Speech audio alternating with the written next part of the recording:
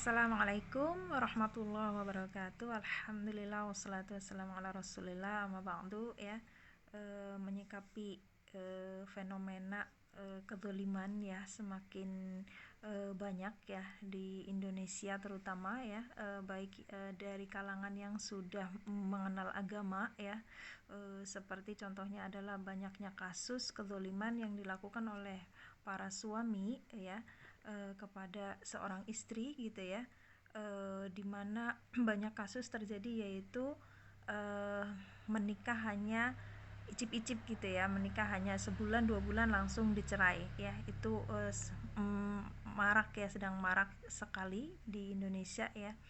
Padahal bagi seorang muslim ya, yang sudah paham agama tentunya tahu hadis bahwa suatu kezaliman ya akan dibalas di dunia ya sebelum di akhirat, dipercepat ya, walaupun yang dizolimi itu tidak mendoakan keburukan kepada yang menzolimi, tetapi ya pasti akan dibalas oleh Allah di dunia. Dan saya itu umurnya sudah 40 tahun ya, jadi sudah banyak pengalaman hidup, sudah banyak melihat kisah-kisah nyata ya, bukan hanya tentang kisah di Al-Quran seperti kisah-kisah orang-orang yang zalim di dalam Al-Quran, tidak ya, tapi kisah nyata benar-benar terjadi di dunia dengan mata kepala saya sendiri ya. Dan memang hadis itu benar ya, karena di hadis diterangkan bahwa orang kafir pun yang baik pasti akan dibalas kebaikan di dunia ya, dan tentu sebaliknya ya, kalau orang kafir yang jahat tentunya akan dibalas juga di dunia kejahatannya sebelum di akhirat ya. Maka kita sebagai seorang muslim tentunya ya jangan sampai ya kita menzolimi orang lain ya. Itu hadisnya adalah menerangkan tentang orang kafir, apalagi kalau yang menzolimi itu adalah seorang muslim gitu ya. Tentunya akan dibalas di dunia juga ya sebelum di akhirat, walaupun tadi ya poinnya, walaupun yang dizolimi itu tidak mendoakan keburukan kepada yang menzolimi gitu ya. Dan juga tadi satu lagi saya lupa ya.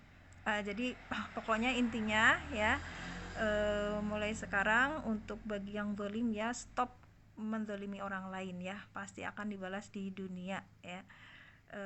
Mungkin ini yang bisa saya sampaikan.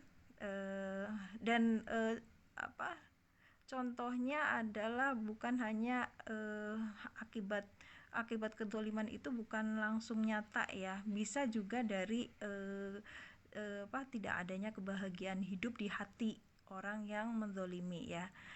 Jadi bukan hanya misalnya azabnya langsung terlihat gitu ya, terlihat jelas, tidak ya, bisa juga dengan tidak tentramnya hati orang yang menzolimi ya, karena memang itulah azab di dunia bagi orang yang zalim ya. Jadi tidak mesti dia misalnya diazab Allah dengan kemiskinan atau diazab Allah dengan musibah-musibah seperti kecelakaan dan lain-lain ya, tapi juga bisa musibah tidak bahagianya hidupnya di dunia. Jadi kalau kita merasa bahwa kita tidak bahagia di dunia, berarti itu salah satunya adalah tentu ada faktor menzolimi ya, baik itu kezoliman kepada Allah maupun kezoliman kepada manusia tentunya ya. Nah itu jadi kezoliman itu ada dua macam ya, ada kezoliman kepada Allah, ada kezoliman kepada manusia. Makanya kita harus hindari hal tersebut ya, agar hati kita tenang. Siapa yang hatinya tenang pasti dia kosong dari menzolimi ya. Mungkin ini yang bisa saya sampaikan. Assalamualaikum, subhanakallahumma wa bihamdika asyhadu an la ilaha illa anta astaghfiruka wa atubu ilaik. Assalamualaikum warahmatullahi wabarakatuh.